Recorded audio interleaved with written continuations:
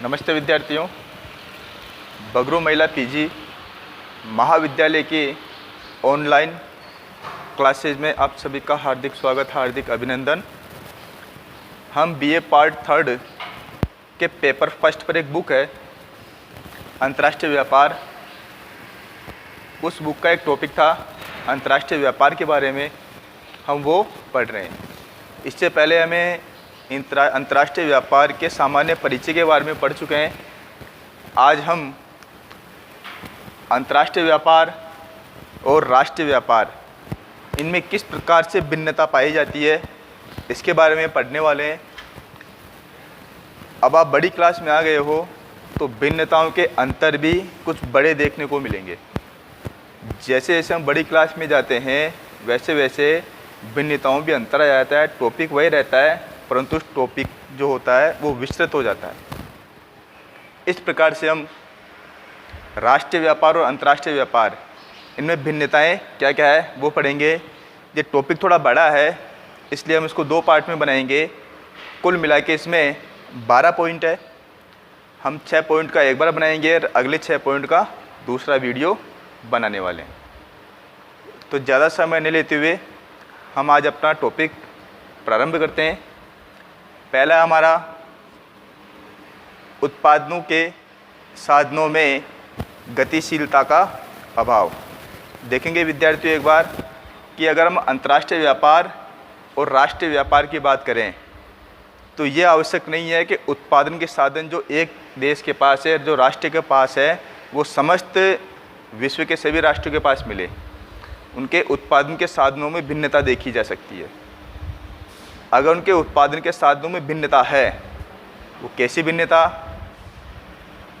उत्पादन के साधन में भिन्नता होनी चाहिए, खान पान में भिन्नता पाई जाती है, उनके वो क्या खाते हैं, क्या पीते हैं, इनमें भिन्नता पाई जाती है। क्योंकि व्यक्ति उसी चीज़ का निर्माण या उत्पादन ज़्यादा करता है जो उनके रोज़मर्रा की आवश्यकताओं की पूर्ति अत्यधिक कर सके।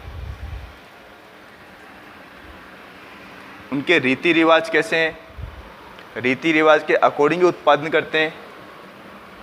उनके श्रम और पूंजी, इनमें क्या भिन्नता है? अगर किसी देश के पास श्रम ज़्यादा है और पूंजी ज़्यादा है तो वो उत्पादन जो होगा एक बढ़िया तरीके से उत्पादन कर पाएगा, क्योंकि ना ही तो उसके पास पूंजी की कमी है और ना ही उसके पास श्रम की कोई कमी है। भाषा में भिन्नता पाई जाती है। तो अगर राष्ट्रीय और अंतर्राष्ट्रीय व्यापार की बात करें तो इन विभिन्न चीज़ों में भिन्नता देखने को मिलती है हमें। अगर इन चीज़ों में भिन्नता देखने को मिल रही है तो ये आप समझ गए होंगे कि उत्पादन के साधनों में अवश्य भिन्नता देखने को मिलेगी। इसी प्रकार से पूंजी की गतिशीलता में भिन्नता। जिस राष्ट्र के पास पूंजी अत्यधिक होती है उसे उत्पादन के साधनों पर उस पूंजी को खर्च करने में ज़्यादा सोचना विचारना नहीं होता। परंतु जिस राष्ट्र के पास पूंजी कम होती है, पूंजी की गतिशीलता कम होती है, वो अपने छोटे छोटे कार्य के लिए भी एक निश्चित बजट बना के रखती है, जिससे कि वो अपने कार्य को आगे बढ़ा सके, अपनी कंपनी को आगे बढ़ा सके।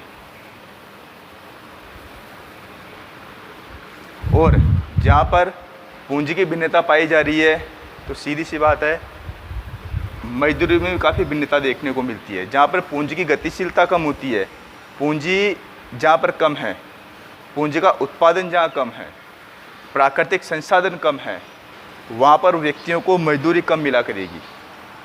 और जहाँ पर ये सारी चीज़ें अधिक पाई जाती है, किसी अन्य देश में सारी चीज़ें अधिक पाई जाती है, तो उनकी मजदूरी की रेट जो होगी, मजदूरी की दर जो होगी वो काफ़ी ज़्यादा होगी। जिस प्रकार से भारत और अमेरिका में हम तुलना कर सकते हैं कि भारत में उत्पादन के साधन तो पर्याप्त हैं परंतु यहाँ पर तकनीक नहीं है, तो हम उनका पूरा उपयोग नहीं कर पा रहे।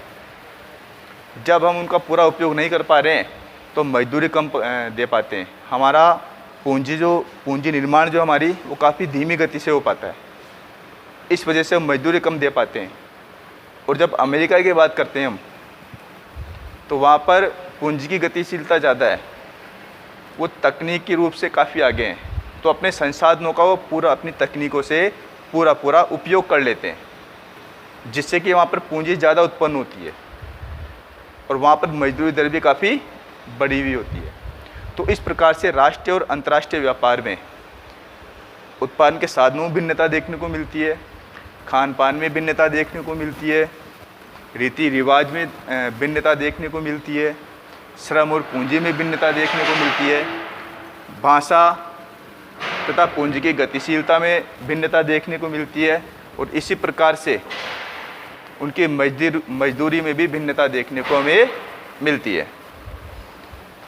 आगे चलते हैं विद्यार्थियों दूसरे पॉइंट की तरफ। भिन्न राष्ट्रीय नीतियां व हस्तक्षेप। प्रत्येक जो राष्ट्र होगा उसकी अलग अलग नीतियां होती है, क्योंकि कोई भी राष्ट्र जो होगा वो अपने सामाजिक कल्याण को, अपने देश में रहने वाले विभिन्न व्यक्तियों की आवश्यकताओं तथा उनके प्राकृतिक संसाधनों को देखकर अपनी व्यापारिक नीतियां बनाया करते हैं।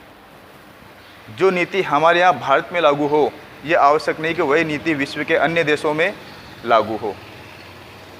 तो हमारे यहाँ पर जो है अलग अलग प्रकार के व्यापार होते हैं, अलग अलग प्रकार के उद्योग होते हैं, अलग अलग प्रकार के वाणिज्य हैं, अलग प्रकार की कर नीतियाँ हैं, अलग प्रकार की व्यापारिक नीतियाँ हैं, अलग प्रकार के व्यापारिक कानून हैं।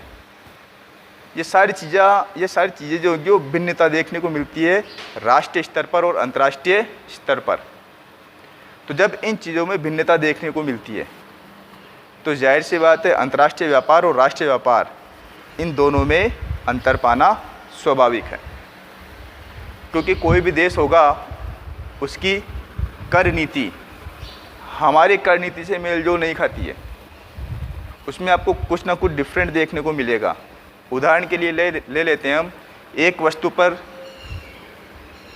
भारत 10% कर ले रहा है, तो ये आवश्यक नहीं है कि जापान उसी वस्तु पर 10% ही कर ले, नहीं, वो 8% ले सकता है, वो 9% ले सकता है, वो 11% ले सकता है, वो 12% भी ले सकता है, हो सकता है वो 5% ही कर ले। ये चीज़ें वहाँ के कर की नीतियों पर डिपेंड करती है। उसी प्रकार से एक जो है राष्ट्र अगर दूसरे राष्ट्र से अंतर्राष्ट्रीय व्यापार करना चाहता है तो कई प्रकार के नियमों की पालना करनी पड़ती है, कई प्रकार के व्यापारिक जो कानून है उनकी भी पालना में करनी होती है। तो इस प्रकार से हर राष्ट्र की भिन्न भिन्न नीतियाँ होती है तथा वहाँ की सरकार वहाँ के कार्य में हस्तक्षेप करती है ताकि उनको पूर्ण नियंत्रित कर सके, उस देश के विभिन्न कार्यों को पूर्ण नियंत्रित कर सके। तो अलग अलग देश में अलग अलग सरकारें होती है, तो वो अलग अलग अपने व्यापार में हस्तक्षेप करती है जिससे कि वहाँ के लोगों को अधिक से अधिक सामाजिक कल्याण की प्राप्ति हो सके। तीसरा हमारे पास मुद्रा की चलन प्रणाली में अंतर। अगर हम दो राष्ट्र की बात करें तो दोनों राष्ट्रों में अलग अलग प्रकार की मुद्रा चला करती है। जैसे हमारे यहाँ पर रुपया चलता है तो अमेरिका में डॉलर चलता है, तो यहाँ की मुद्रा अलग है और वहाँ की मुद्रा अलग है। यहाँ की चलन मुद्रा अलग है और अमेरिका की चलन मुद्रा अलग है। इन मुद्रा में अगर भिन्नता पाई जाती है तो अंतर्राष्ट्रीय व्यापार जो होता है और राष्ट्रीय व्यापार है, इन दोनों में भिन्नता देखने को मिलती है, क्योंकि एक राष्ट्र के अंदर एक ही प्रकार के मुद्रा का चलन होता है। अगर कोई राजस्थान, गुजरात, अरुणाचल प्रदेश या दिल्ली, महाराष्ट्र, इनसे अगर किसी प्रकार का व्यापार करती है तो एक ही राष्ट्र में सारे के सारे राज्य जो हैं, केंद्र शासित प्रदेश जो हैं, उनको रुपए के अंदर ही भुगतान करना होता है। परंतु अगर यही बात अगर अंतर्राष्ट्रीय व्यापार की आ जाती है, इंटरनेशनल ट्रेडिंग की आ जाती है, तो वहाँ पर हमें उस देश की मुद्रा में भुगतान करना होता है। जैसे भारत अगर अमेरिका के साथ किसी प्रकार का व्यापार करता है तो उसे डॉलर में भुगतान करना पड़ेगा। यदि डॉलर में भुगतान करेंगे या डॉलर के समान करेंगे तो यहाँ पर एक चीज़ लागू हो जाती है, वो है विनिमय प्रणाली, कि वहाँ की जो हमारे पास विनिमय प्रणाली है वो विनिमय दर जो है वो क्या होगी, उस विनिमय प्रणाली विनिमय दर के अकॉर्डिंग ही हमें अमेरिका को पे करना होगा। तो इस प्रकार से राष्ट्रीय व्यापार तथा अंतर्राष्ट्रीय व्यापार दोनों में भिन्नता देखने को मिलती है मुद्रा के चलन के अनुसार। चौथा है हमारे पास विभिन्न राजनीतिक इकाइयाँ। अगर हम एक देश की बात करें तो एक देश के अंदर केंद्र सरकार की बात करें तो एक ही सरकार होती है, और राज्य सरकार की बात करें तो एक ही राज्य के अंदर एक ही प्रकार की सरकार देखने को मिलती है। तो जब एक देश के अंदर एक ही प्रकार की सरकार या राज्य के अंदर एक ही प्रकार की सरकार देखने को मिलती है हमें, तो हमें राष्ट्रीय व्यापार करने में ज़्यादा समस्याओं का सामना नहीं करना पड़ता। लेकिन परंतु जब यही व्यापार उठकर नेशनल लेवल, इंटरनेशनल लेवल पे चला जाता है, अंतर्राष्ट्रीय स्तर पे चला जाता है, तो वहाँ की सरकारें अलग होती है, वहाँ की सरकारों की नीतियाँ अलग होती है, वहाँ के सरकार की सोच अलग होती है, वहाँ के जो व्यक्ति हैं उस देश के, उनका खाना पीना, रीति रिवाज, रहन सहन, संस्कृति वगैरह सब अलग होते हैं। तो उनके जन कल्याण के लिए उसी प्रकार की नीतियाँ बनाई जाती है जो उनको ज़्यादा से ज़्यादा कल्याण दे सके, उनका ज़्यादा से ज़्यादा उनकी सहायता कर सके। परंतु यहाँ पर हमें क्या देखने को मिलता है कि भारत में केंद्र सरकार, राज्य सरकार इस प्रकार को सरकार चला करती है, तो उनकी नीतियाँ अलग होती है।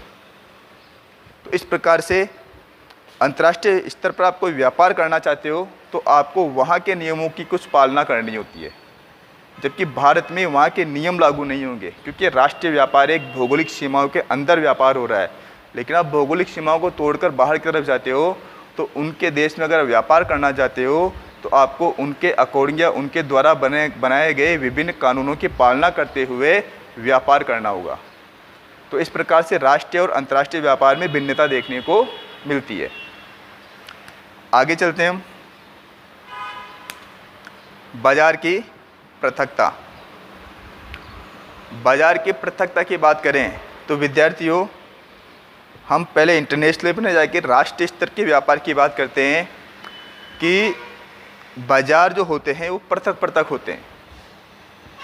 हमारे भारत में या हमारे विश्व में प्रकृति के अनुसार ही व्यक्ति की आवश्यकताएं होती है, और व्यक्ति उन चीज़ों का ज़्यादा उपयोग करता है जो उनके आसपास में अत्यधिक देखने को हमें मिलती है। कैसे विद्यार्थी देखेंगे एक बार, प्रकृति के अनुसार प्रत्येक देश के व्यक्तियों की आवश्यकताएं अलग अलग होती है, वहाँ की संस्कृति अलग होती है तो आवश्यकताएं अलग होगी, वहाँ का खान पान अलग है तो आवश्यकताएं अलग होगी, वहाँ का पहनावा अलग है तो आवश्यकताएं अलग होगी। नाप तोल में भिन्नता पाई जाती है, यहाँ तक कि राष्ट्र जो होता है, एक राष्ट्र है, इसके अंदर विभिन्न राज्य होते हैं, उन राज्य के विभिन्न जिलों के अंदर भी नाप तोल में भिन्नता देखने को मिल सकती है। जैसे हम कहते हैं कि बनाना केला जो होता है, हमारे यहाँ पर बगरू में बात करें, हम जयपुर में बात करें तो किलो के हिसाब से दिया जाता है, परंतु आप साउथ में जाओगे तो किलो के हिसाब से नहीं, वो आपको दर्जन के हिसाब से केले देते हैं। तो नाप तोल में जब एक ही राष्ट्र में भिन्नता देखने को मिल रही है तो अंतर्राष्ट्रीय स्तर पर नाप तोल में भिन्नता देखने को हमें मिलेगी ही मिलेगी। तो इस प्रकार से राष्ट्रीय जो हमारा बाजार है और अंतर्राष्ट्रीय बाजार है, इन दोनों में पृथकता देखने को मिलती है, भिन्नता देखने को मिलती है। इसी प्रकार से वहाँ के व्यक्तियों की रुचि अलग होगी, वहाँ के व्यक्तियों की आदतें अलग होगी। अगर रुचि और आदतें उनकी अलग अलग है तो स्वाभाविक ही उनकी आवश्यकताओं में भिन्नता पाई जाती है। जब उनकी आवश्यकताओं में भिन्नता पाई जा रही है तो एक राष्ट्र दूसरे राष्ट्र को उन आवश्यकताओं के कारण ही, उनकी नाप तोल के कारण ही, उनकी रुचियों के कारण ही, उनके आदतों के कारण ही अलग कर देता है। हमारा अंतिम बिंदु है इस पार्ट का, भिन्न भिन्न सामाजिक एवं व्यापारिक नीतियाँ। हमने पहले भी पढ़ा है कि प्रत्येक देश जो है उसकी भिन्न भिन्न सामाजिक संस्कृति होती है, उनकी सामाजिक विभिन्न आवश्यकताएं होती है, विभिन्न प्रकार की व्यापारिक नीतियां होती है, विभिन्न प्रकार के कर नीतियां होती है। वहाँ के व्यक्ति क्या चाहते हैं, वहाँ के समाज में रहने वाले व्यक्ति, उनको किन चीज़ों की आवश्यकता है जिससे उनको ज़्यादा से ज़्यादा सामाजिक कल्याण मिल सके। तो एक ही देश के अंदर भिन्न भिन्न सामाजिक अवस्थाएं पाई जाती है। तो सीधी सी बात है विद्यार्थियों कि अंतर्राष्ट्रीय स्तर पर देखते हैं तो ये सामाजिक भिन्नता पाए जाना स्वाभाविक है। जब इनमें सामाजिक भिन्नताएं पाई जा रही है और व्यापारिक नीतियों में भिन्नता पाई जा रही है एक ही देश के अंदर, तो अंतर्राष्ट्रीय स्तर पर तो सामाजिक भिन्नता और व्यापारिक नीतियों में भिन्नता देखना या मिलना स्वाभाविक है, क्योंकि वहाँ के व्यक्तियों की क्या सोच है, वो किस प्रकार की वस्तुओं को काम में लेते हैं, उनकी संस्कृति क्या है। तो ये एक देश की संस्कृति दूसरे देश की संस्कृति मिल जाए या उनमें समानता पाई जाए, ऐसा बहुत कम देखने को मिलता है। इस प्रकार से सामाजिक और व्यापारिक नीतियों में भी काफ़ी भिन्नताएं देखने को मिलती है राष्ट्रीय स्तर पर और अंतर्राष्ट्रीय स्तर पर। अब हम इसका अगला पार्ट बनाएंगे। हमने 6 बिंदु लिए हैं अभी तक, कुल मिला के इसमें 12 बिंदु है। अगले 6 बिंदु हम दूसरे पार्ट में बनाने वाले हैं। धन्यवाद।